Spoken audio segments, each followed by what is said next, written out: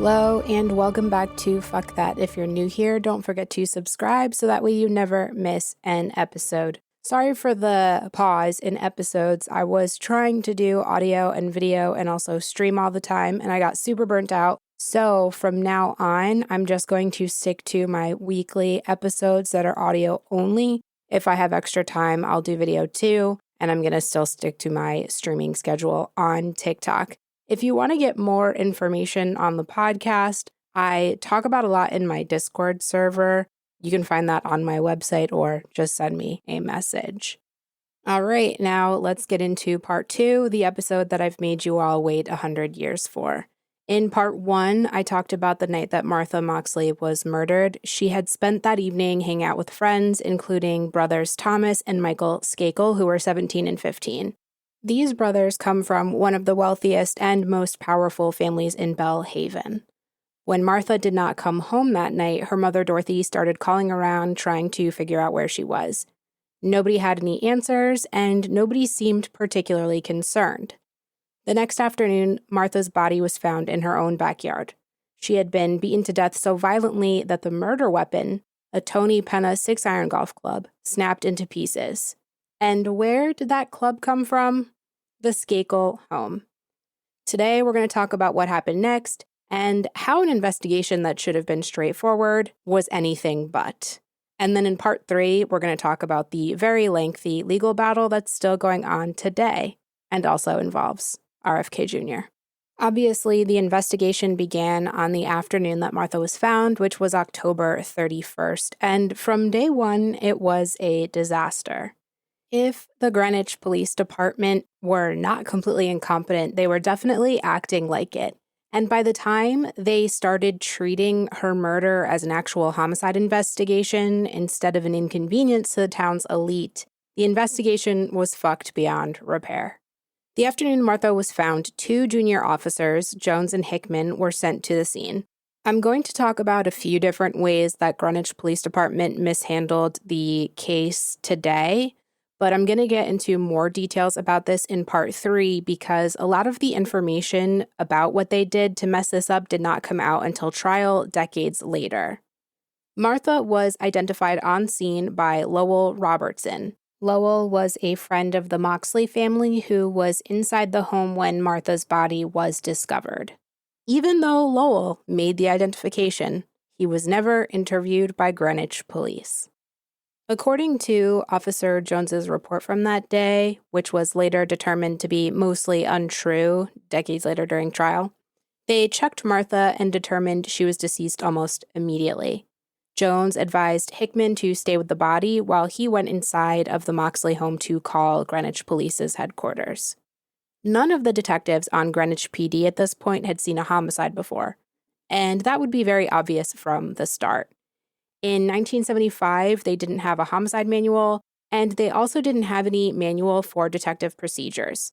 The department didn't have any school or training for detectives or any formal investigative training.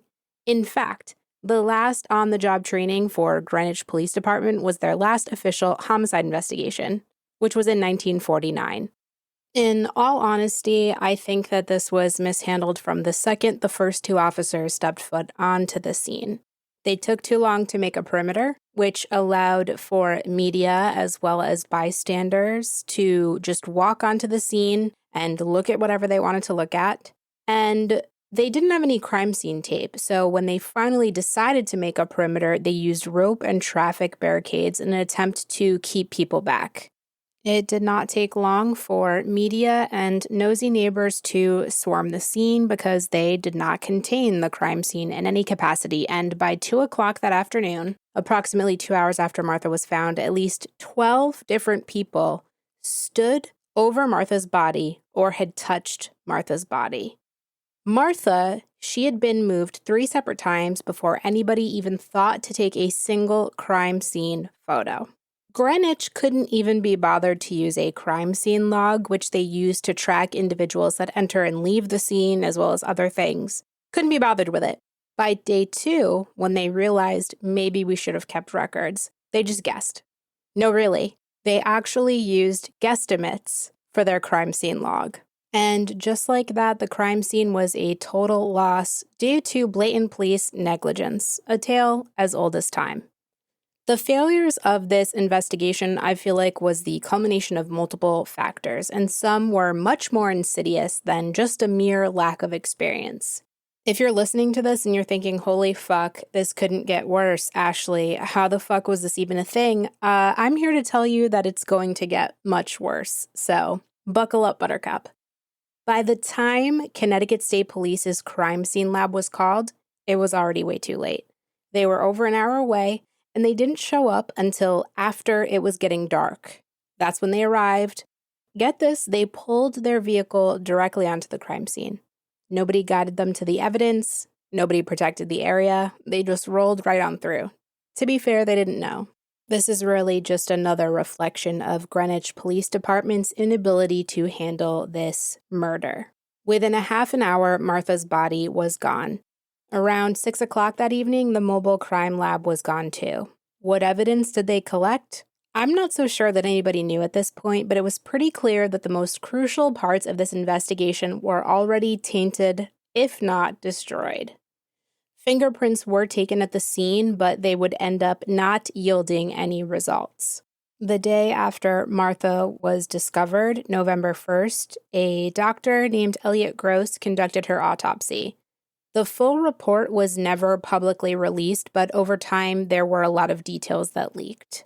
Martha's cause of death was multiple head wounds inflicted with so much force that it caused the golf club to snap.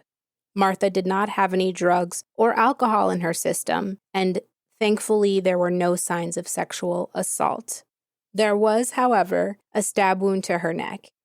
It wasn't deep enough to sever any major veins or arteries, but there was blood in Martha's lungs, and this indicated that she was still alive when the stab happened. Whether the stab wound was dealt in an attempt to kill her after the bludgeoning was totally unclear and could not be determined. However, what could be determined was a very wide window of death. Dr. Gross could only estimate that it happened sometime between 9:30 p.m. and 5 o'clock in the morning, which is a very wide window. Some of you may be thinking, Ashley, how the fuck are they supposed to narrow this down with such a wide window? And I'm here to tell you that they did, but in an idiotic and not at all tethered to reality kind of way. Remember how in part 1 I mentioned that Dorothy, Martha's mother, heard a commotion outside, but it wasn't really loud enough to concern her or prompt her to call the police? Well, Greenwich was like, this must have been the time that the murder occurred. Therefore, that shortened the window between 9:30 p.m. to 10 o'clock p.m. And by doing so, this caused the Skakel brothers to be eliminated from the suspect pool, which is interesting considering the fact that Thomas was the last person to see Martha alive. Really quickly, before I continue, I want to remind you of something I touched upon in part 1. The following day, after Martha was murdered, Julie Skakel, as well as the friend of the family that went to the party, Andrea Shakespeare, went to their house after leaving school once they learned about Martha's death.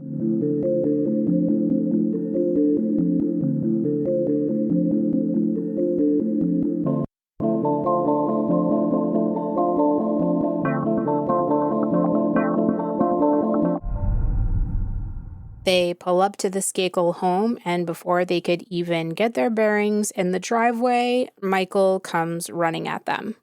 Michael very excitedly ran up to them without any prompting and said, "Did you hear Martha was murdered? Tommy and I were the last people to see her alive." Again, Greenwich, notably in Fairfield County, which is known as one of the richest counties in the country, is a very, very wealthy town. And the neighborhood that Martha was murdered in was even wealthier. So I like to call this the Greenwich bubble. Therefore, the community automatically assumed that it was not possible that somebody within their bubble could have committed this crime. They assumed that the killer must have been an outsider, a transient. The community was, quite frankly, obsessed with this narrative, and it's a narrative that they pushed, even though they knew that her murder happened on Mischief Night and that Belle Haven had amped up their security that evening in anticipation of Mischief Night. At the end of part 1, I briefly touched upon the murder weapon, but I want to get into the details about the infamous Tony Penna Golf Club. I'm going to talk about some statements that detectives had made regarding this case, but these statements come much later, decades later, due to a probable cause transcript that involves various officers involved in the investigation. According to Captain Thomas Keegan, who was a captain in the detective division when Martha was murdered, they found the murder weapon in several pieces on scene. Within the circular driveway of the Moxley home, they found the head of the club and an 8-inch section of the stainless steel tubing from the same club. Both of these pieces were found somewhat close to one another, with sprinkles of blood in between them. Between the driveway and Martha's body, they found a third piece of a golf club, which was a smaller section of tubing. Again, this was a Tony Penna iron, notably a 6-iron that was part of a set that was found in the Skakel home. Around the third piece of the golf club that was found, Captain Keegan noted that there was blood at the beginning of what looked like almost a drag pattern that was approximately 60 to 80 feet long. This was partially concealed under the branches of the pine tree where Martha's body was found. The handle portion of the golf club along with the shaft were missing from the scene. Therefore, Greenwich police decided to put out a bulletin for the missing pieces, which never ends up going anywhere. They never end up recovering these pieces. I think because the Tony Penna clubs were so rare, they figured that maybe finding pieces of the club would be a smoking gun, but they found another set the very next day. The following day, October 31st, Detective Lunny went to the Skakel home to speak to the Skakels that were at the party the night prior.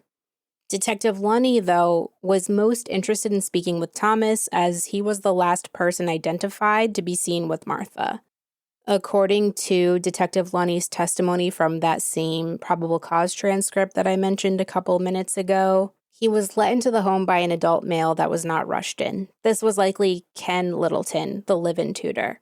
Thomas and Rushton, the father, were not home, but Lunny was able to speak with Julie and Michael.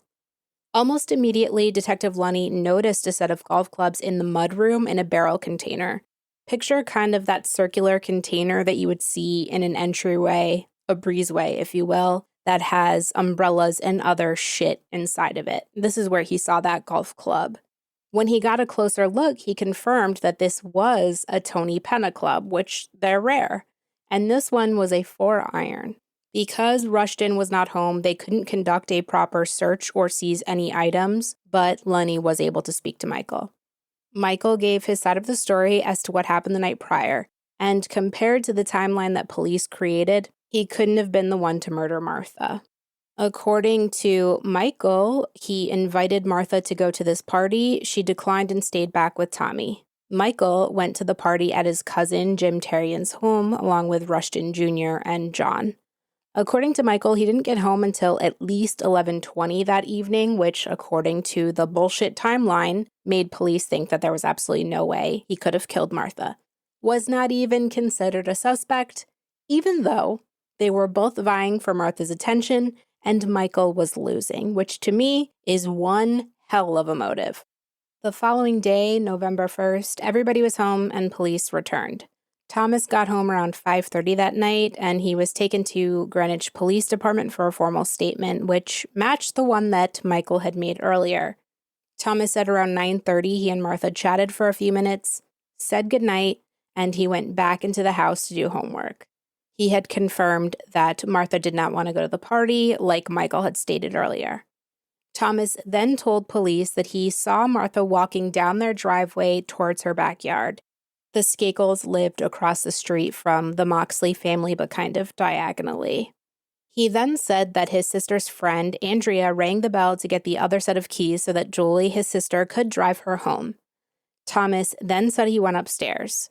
Thomas became a casual suspect after this, but he would be the first of many.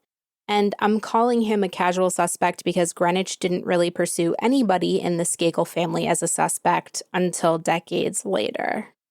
They do kind of pursue Thomas, but they give up very quickly, which I'll elaborate on in this episode.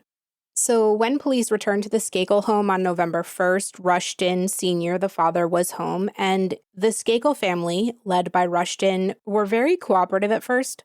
He ended up signing a consent to search. Here's where shit gets fucking nuts.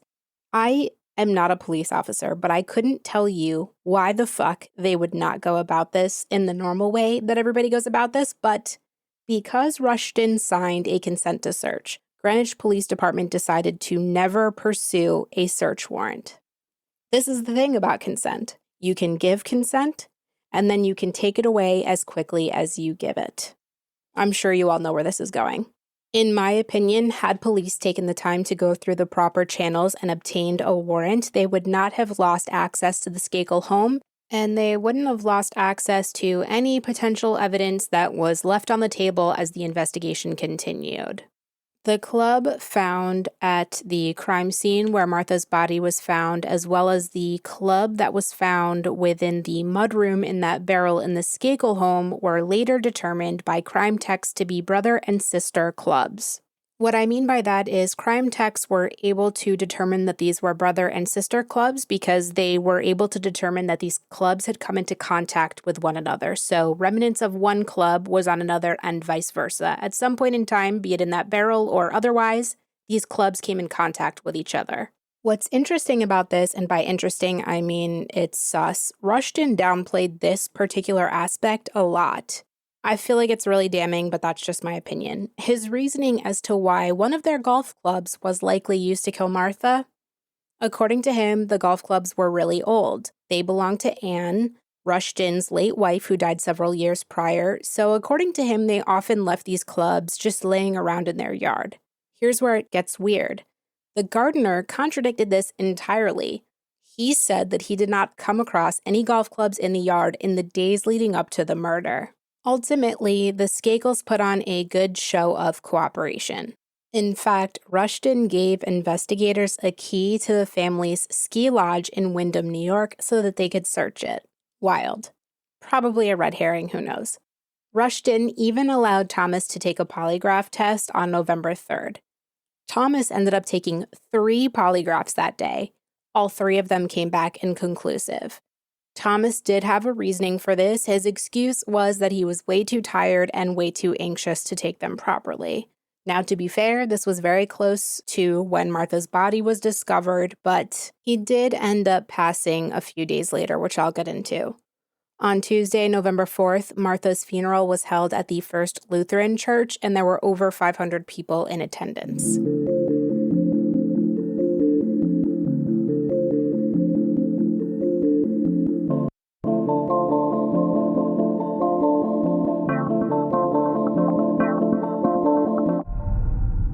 November 9th, Thomas went back to take another polygraph, this time just 1, not 3, and he passed. Here's what's weird about it. Any documents that Greenwich had from this exam were never released. What is known is that Thomas's initial alibi was exactly this. He went inside to write a paper on Abraham Lincoln, and he then watched The French Connection with Ken Littleton, the live-in tutor. However, when police ultimately ended up speaking to Thomas's teachers a bit later in the investigation, they learned that there was never an assigned paper on Abraham Lincoln. Interesting. So Thomas's alibi was obviously a lie. Who could have predicted that? After Thomas passed the polygraph, police honed in on other suspects, and this is quite frankly bullshit because in 1923, the United States Supreme Court heard the case of Frye versus the United States, which set the Frye standard, which is also known as the General Acceptance Test, and this is known as a legal standard in the country to determine the admissibility of scientific evidence, which includes polygraph results. I'm not sure if I consider that scientific, but I'm not going to split hairs. It states that scientific evidence is really only admissible if it is generally accepted as reliable by the relevant scientific community. When Martha was murdered, not every state had adopted these guidelines, but this standard was set in 1923. And so to see 52 years later, a state that was following the Frye standard at the time look so heavily into polygraphs, it just seems kind of off. So Thomas had remained a suspect, but he was kind of put on the back burner while police very heavily pursued other suspects. And one of those suspects was Martha's neighbor, Edward. Edward at the time was a 26-year-old graduate student studying business at Columbia. There were very judgy neighbors, which is normal in any rich community, but I digress. And they told police that he was a loner and drank. And so because of this, and the fact that his bedroom overlooked the same spot where Martha's body was found, he very quickly became a lead suspect to Greenwich. And again, Greenwich was still kind of investigating that theory that a stranger had wandered into Belle Haven, murdered Martha, and then left. On November 15th, Michael, accompanied by Rushton, ended up giving a tape-recorded interview to the Greenwich Police Department at the police station.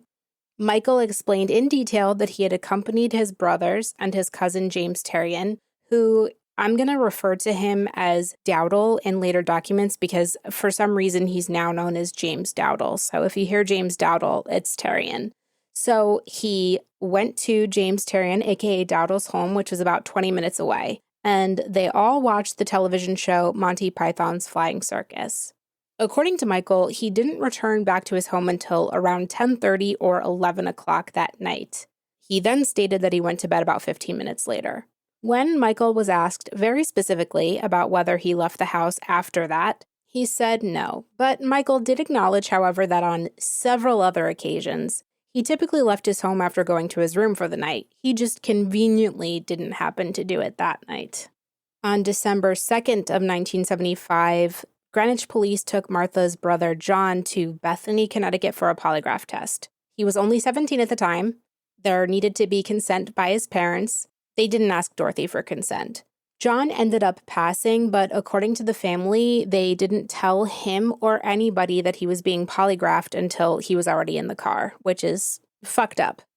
December 11th of 1975, detectives re-interviewed Helen Ix and Jeffrey Byrne. These were the two friends that Martha was with at the Skakel home. They confirmed what should have been obvious. Thomas had been all over Martha that night. The words that they used exactly was they saw the two engage in flirtatious horseplay. Now police had a working theory. Thomas made a move, Martha maybe rejected him, and therefore he killed her. On the 17th of December, they did the same exact thing to Dorothy that they did to her son John. But she was so upset during the polygraph that they couldn't get a conclusive reading. Dorothy offered to reschedule. They never bothered to reschedule. In mid to late December, detectives requested and obtained written authorization from Rushton Sr. to obtain Thomas's school and medical records. Greenwich contacted a fuck ton of medical and educational professionals who held his records. If you think about how long this process takes today, even though everything's digital, it takes a lot of time. Back then in the 70s, it took even longer. So unfortunately for Greenwich, on January 20th of 1976, everything would come crashing down and they wouldn't get the access that they needed.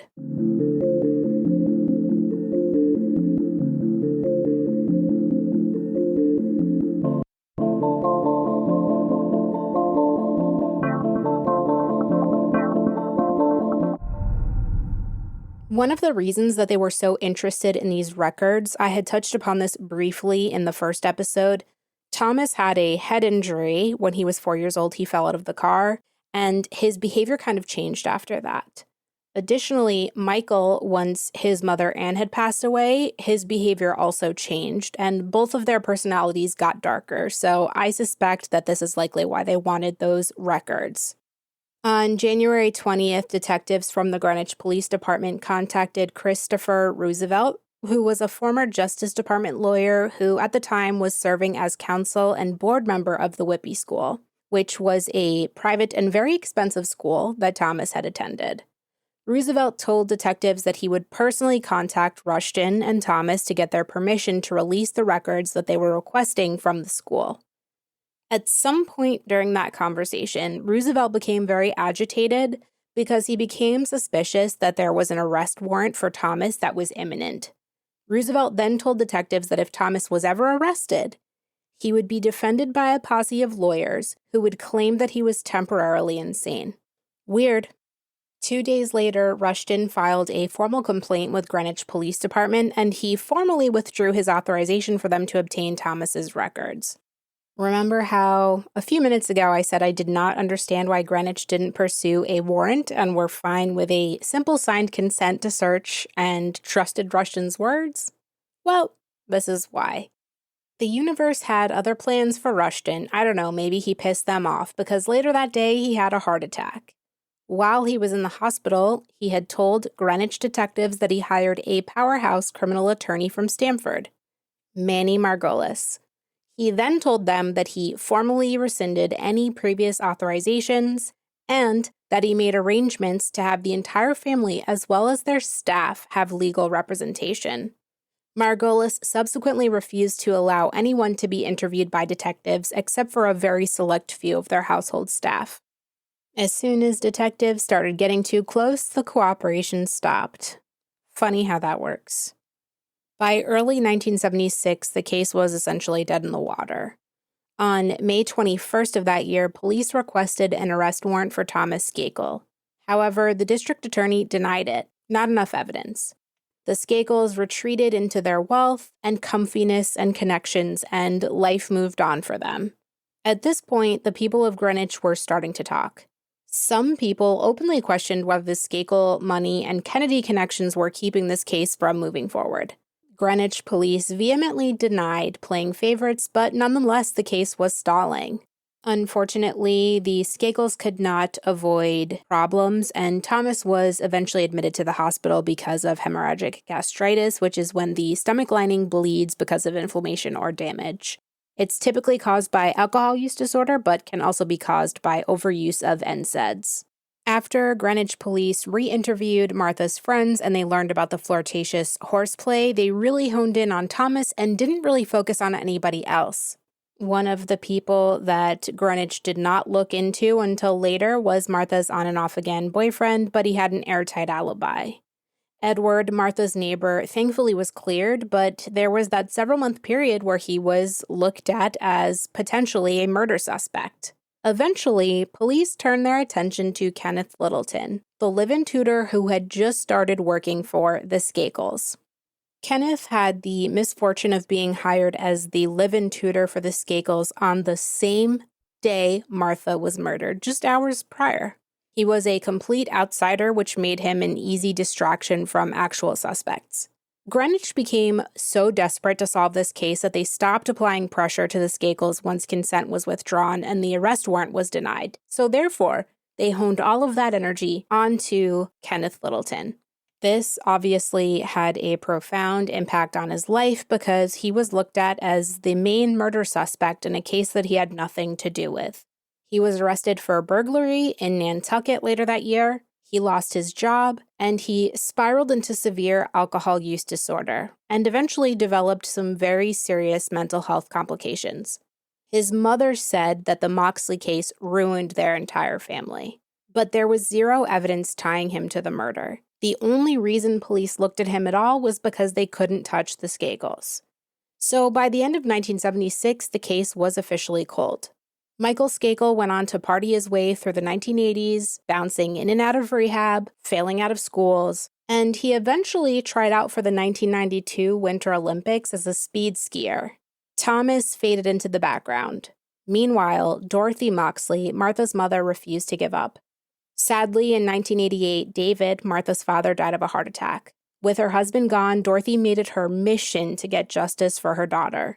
She worked with investigative journalist Leonard Levitt, who started digging into Martha's case in 1991. And luckily for them, that same year, a different Kennedy scandal brought the case roaring back into public interest. And that is where I'm going to leave it for part 2. In part 3, we'll get into the rest, and hold on to your butts because it's really fucking interesting and involves RFK Jr. He was paramount in this case. Thanks for listening.